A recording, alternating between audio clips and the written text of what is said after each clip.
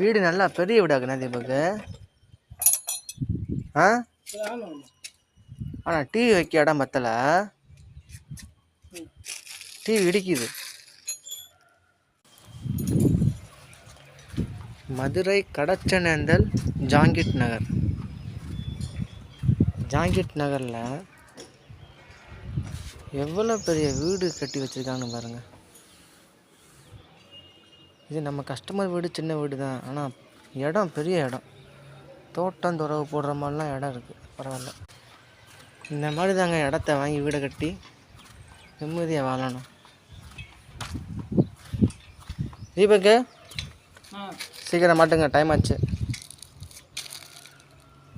இந்த கம்பியை கழட்டி இந்த பக்கம் மாற்றி மாட்டணும், சரியா?